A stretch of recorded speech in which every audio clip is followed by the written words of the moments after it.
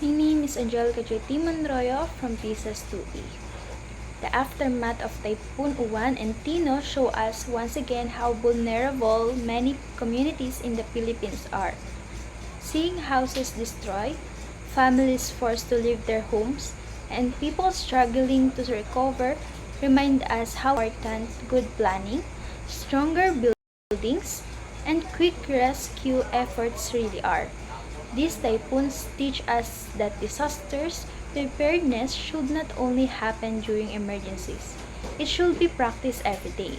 We should also remember that the damage doesn't stop with people.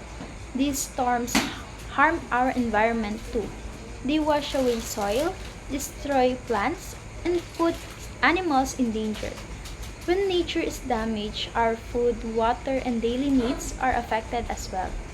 That's why it is important for all of us to work together, support those who are affected, and take care of our surroundings.